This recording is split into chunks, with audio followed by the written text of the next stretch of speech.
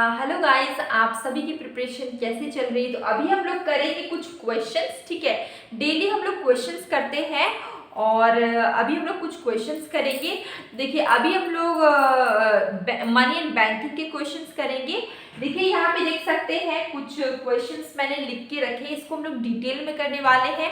तो money and banking का एक छोटा सा पार्ट है बाटा सिस्टम। बाटा सिस्टम आप लोग ने सुना होगा, आपने 10th से पहले भी बाटा सिस्टम पढ़ा होगा। बाटा सिस्टम क्या है? ठीक है, ये जो बाटा सिस्टम है, ये इसको हम लोग वस्तु विनिमय पद्धति भी बोलते हैं। इसका मतलब क्या है? आदान प्रदान, लेन देन, एक्सचेंज। ठीक है, अगर पहले के जमाना में, ठीक है, पहले की बात करें, जब हमारा रुपीस या फिर पैसा कुछ भी मनी इंट्रोड्यूस्ड नहीं हुआ था, उस समय क्या होता था, लोग क्या करते थे, एक सामान लेते, उसके बदले में दूसरा सामान देते थे। मतलब जो भी सामान, जैसे सपोज करिए कि मेरे पास चावल है, ठीक है, मेरे पास बहुत सारा चावल है।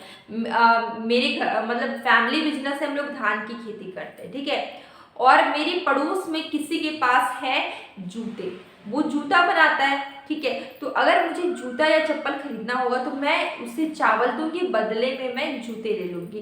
पर ये चीज यहाँ पे नहीं पता चल रही थी, कितना क्वांटिटी चावल देंगे उसके बदले में जूते मिलेंगे। मतलब मेजर करना काफी डिफिकल्ट था। तो बहुत टाइम बाद, बहुत सारी चीज़ों का मतलब बहुत सारी परेशानी झेलने के बाद हमारा मनी इंट्रोड्यूस्ड हुआ। ठीक है, फिर मनी के अलग अलग फॉर्म इंट्रोड्यूस्ड हो गए।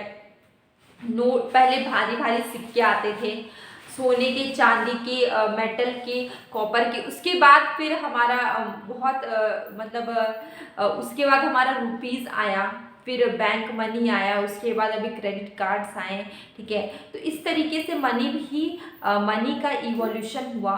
ठीक है, तो ये पूरा बाटा सिस्टम हमारा एक बाटा सिस्टम पे मैंने एक वीडियो बनाया हुआ है, मतलब फंक्शन ऑफ मनी पे भी बनाया हुआ है, और कैसे मनी इवोल्यूशन हुआ मनी का। ठीक है, तो मनी भी इंट्रोड्यूस्ड होने से पहले हम लोग ने बहुत सारी परेशानी झेली। ठीक है, उसके बाद हमारे काफी टाइम बाद हमारा मनी आया। ठीक है, तो अभी हम लोग देखते हैं यहाँ पे फर्स्ट क्वेश्चन ये है कि following are the drawbacks of barter system of exchange. ठीक है, अब ये जो बाटा सिस्टम था उसके क्या ड्रॉबैक्स थे? ठीक है, तो बाटा सिस्टम के बहुत सारे ड्रॉबैक्स थे, क्योंकि किसी भी सामान का प्रॉपर मेजर करना डिफिकल्ट था। जैसे कि हमारे पास 100 kg राइस है, किसी के पास जूते हैं या क्लोथ्स है, तो अगर मुझे एक जूता लेना होगा या एक टी शर्ट लेना, एक साड़ी लेनी होगी, उसके बदले में कितना उसको हम चावल देंगे। तो ये मेजर करना दिक्कत था, प्रॉब्लम था, स्टोर करना प्रॉब्लम था, बहुत सारी प्रॉब्लम्स आपके बाटा सिस्टम में आते थे। ठीक है, तो उसी के ड्रॉबैक्स देखेंगे। देखिए, यहाँ पे यह मेजर ऑफ वैल्यू फर्स्ट में आ गया, absence of common measure of value, measure करना डिफिकल्ट था। ठीक है, मीडियम ऑफ एक्सचेंज की बात करें, यहाँ पे medium of exchange, absence of medium of exchange, काफी प्रॉब्लम होता था एक्सचेंज करने में। ठीक है, अब कितना मतलब एक्सचेंज करने में भी बहुत सारी प्रॉब्लम हुई, तो absence of medium of exchange. ठीक है, और lack of double coincidence of bonds. ठीक है, lack of store of value. ठीक है, स्टोर करना भी काफी प्रॉब्लम होता था। अब देखिए, आप बहुत सारा राइस रखेंगे या फिर बहुत सारी ऐसी चीजें रखेंगे जो खराब होने वाली होगी, तो उसको स्टोर करना काफी प्रॉब्लम होता था। ठीक है, तो आपका इसका आंसर आएगा। ठीक है, एक मिनट, इसमें क्वेश्चन क्या है? Following are the drawbacks of barter system of exchange, identify the incorrect one. इसमें से आपको गलत बताना है। तो अगर हम बात करें absence of common measure of value, ठीक है, यहाँ पे कॉमन मेजर ऑफ वैल्यू ये आपका सही है। ठीक है, मेजर करना डिफिकल्ट होता था। यहाँ पे एब्सेंस है, मतलब दिस इज करेक्ट। एब्सेंस है मतलब मेजर करना डिफिकल्ट होता था, ये सही बात है।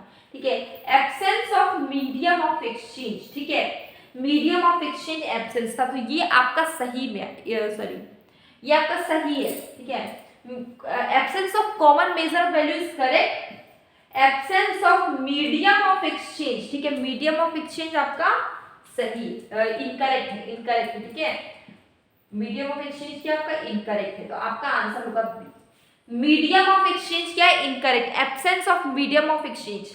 क्योंकि ये इनकरेक्ट क्यों है, क्योंकि वहां पे क्या होता था कि जब बाटा सिस्टम था तो हम लोग चावल के बदले में आटा से एक्सचेंज कर लेते, आलू के बदले में कुछ और सामान हो, जूता से एक्सचेंज कर लेते थे, जिसके पास जो सामान होता था लोग उसी के बदले में वो दूसरी चीजों से एक्सचेंज कर लेता था, ठीक है। तो absence of medium of exchange is incorrect, ये क्या आपका इनकरेक्ट है, ये आपका इनकरेक्ट है। यहाँ पे कंफ्यूजन इसलिए हो गया स्टार्टिंग में क्वेश्चन को पढ़ने में, मैंने क्वेश्चन को ध्यान से नहीं पढ़ा। यहाँ पे ड्रॉबैक, इसमें से देखिए फॉलोइंग आर दी ड्रॉबैक्स, ठीक, कौन सा ड्रॉबैक है जो बाटा सिस्टम ऑफ एक्सचेंज का इनकरेक्ट है, इसमें से कौन सा ड्रॉबैक है जो कि बाटा सिस्टम में इनकरेक्ट है। क्वेश्चन को इस तरीके से घुमाया गया कि मैं कंफ्यूज हो गई, आप भी कंफ्यूज हो सकते, ध्यान से पढ़िएगा। यहाँ पे बाटा सिस्टम का ड्रॉबैक जो कि गलत है, इनकरेक्ट है, वो आपको बताना है। तो देखिए medium measure of value barter system का ड्रॉबैक है जो कि सही है, measure of value, absence of measure of value, ठीक है, सही है। Lack of coincidence of events, ये भी आपका सही है, ठीक है। Lack of store of value भी सही है, लेकिन आपको ड्रॉबैक बताना, गलत बताना, ठीक है। तो medium of exchange, absence of medium of exchange, ये आपको क्या है, इनकरेक्ट है, ठीक है, इनकरेक्ट ड्रॉबैक है, ये आपका आंसर होगा, ठीक है। ध्यान से पढ़िएगा क्वेश्चन, देखिए कितना ज्यादा घुमाया जाता है। अब आपको क्या बताना है, quantitative instrument of credit control include, ठीक है।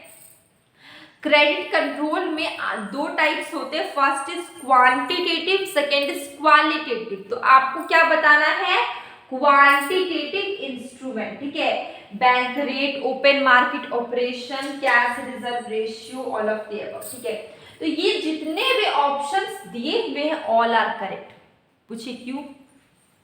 अगर आपने नहीं पढ़ा हो क्वांटिटेटिव इंस्ट्रूमेंट और क्वालिटेटिव इंस्ट्रूमेंट तो जरूर पढ़िए, ठीक है, मैंने पढ़ाया हुआ है। क्वांटिटेटिव इंस्ट्रूमेंट की अगर हम बात करें तो इसमें ये सारे आ जाते हैं, जो यहाँ पे लिखा हुआ है सारे आ जाते हैं, बैंक रेट भी आता है, ओपन मार्केट ऑपरेशन भी आता है, कैश रिजर्व रेशियो भी आता है, और ये सारे आते हैं। देखिए बैंक रेट क्या है, अगर क्वेश्चन आए तो आपको बैंक रेट से भी क्वेश्चन आ सकता है। देखिए यहाँ पे मैंने आपकी सुविधा के लिए लिख दिया है, बैंक रेट एक ऐसा रेट है, ठीक है, जहां पे central bank lends money to commercial bank, ठीक है, सेंट्रल बैंक क्या कर रहा है, lends money to commercial bank in the form of short term loans, ठीक है।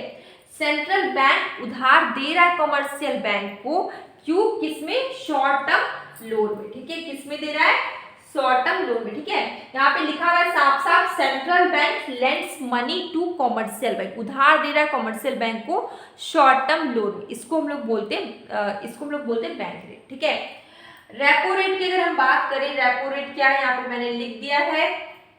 यहाँ पे क्या होगा कि जो कॉमर्शियल बैंक है borrow money by selling their securities to the central bank of our country, ये आपका रेपो रेट क्या है, रेपो रेट है, जहां पे कॉमर्शियल बैंक बोरो कर रहा है money selling their securities to the central bank of our country, ये आपका रेपो रेट है। अगर हम बात करें रिवर्स रेपो रेट की, तो रिवर्स रेपो रेट क्या है, ये रेपो रेट का अपोजिट होता है।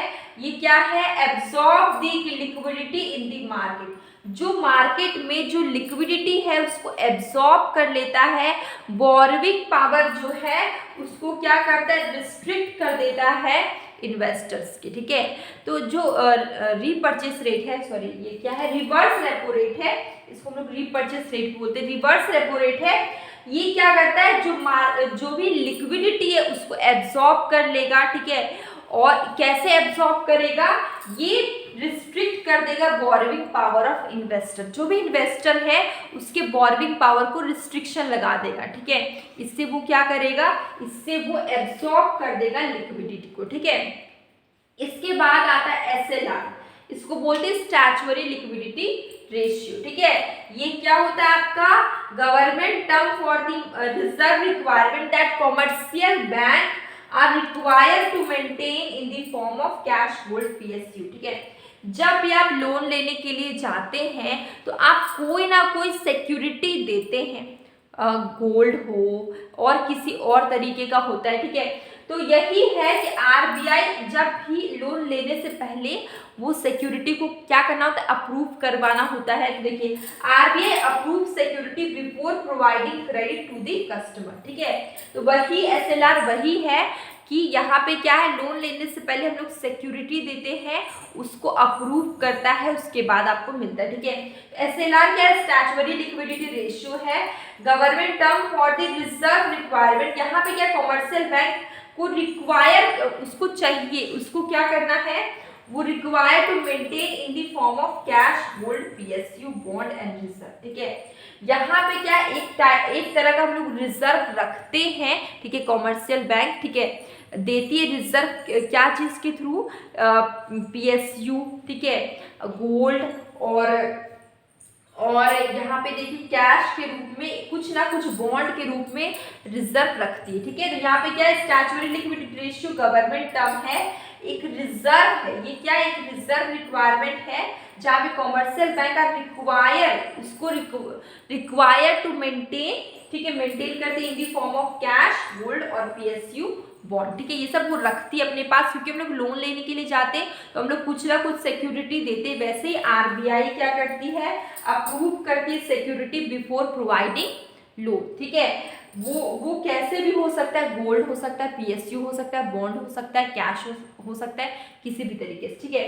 अब ओएमओ की बात करें, ओपन मार्केट ऑपरेशन, तो ये टूल है जो यूज करती है central bank to influence the money supply and interest rate in an economy, ठीक है। ये भी एक टूल है जो कि मनी सेंट्रल बैंक क्या करती है, इन्फ्लुएंस करती है मनी सप्लाई को, ठीक है, एंड इंटरेस्ट रेट को इकोनॉमी में। तो देखिए यहाँ पे ये भी क्या होता है, परचेस और सेल होता है सिक्योरिटी का। ओपन मार्केट ऑपरेशन में क्या होता है, परचेस होता है, सेल होता है सिक्योरिटीज का। तो अब हम लोग ने इसके बारे में थोड़ा थोड़ा पढ़ा हुआ है, ज़्यादा नहीं पढ़ा, क्योंकि ये सब हम लोग ने पढ़ चुका है। इसका आंसर हम लोग देखते हैं, पहले ही मैंने बता दिया कि क्वांटिटेटिव इंस्ट्रूमेंट में ये सारे आ जाते हैं, bank rate, open market operation, cash reserve ratio. इसका आंसर होगा आपका, ठीक है, इसका आंसर क्या होगा, डी होगा। तो अब हम लोग मिलेंगे कल एक न्यू वीडियो में। ये हमारा कुछ क्वेश्चंस था विद डिटेल, और अभी फेस्टिवल्स के कारण मैं थोड़ा सा बिजी शेड्यूल था, मैंने कुछ प्रिपेयर ज़्यादा नहीं किया हुआ था, तो ये मेरा एक छोटा सा वीडियो रहा। तो अब हम लोग मिलेंगे कल एक न्यू वीडियो में। डेली लोग शॉर्ट वीडियो मैं डालती हूँ, तो आप उसे देखा करिए, जिसमें मैं क्वेश्चन पूछती हूँ तो आप उसका आंसर ज़रूर करिए, आपकी प्रैक्टिस होती है।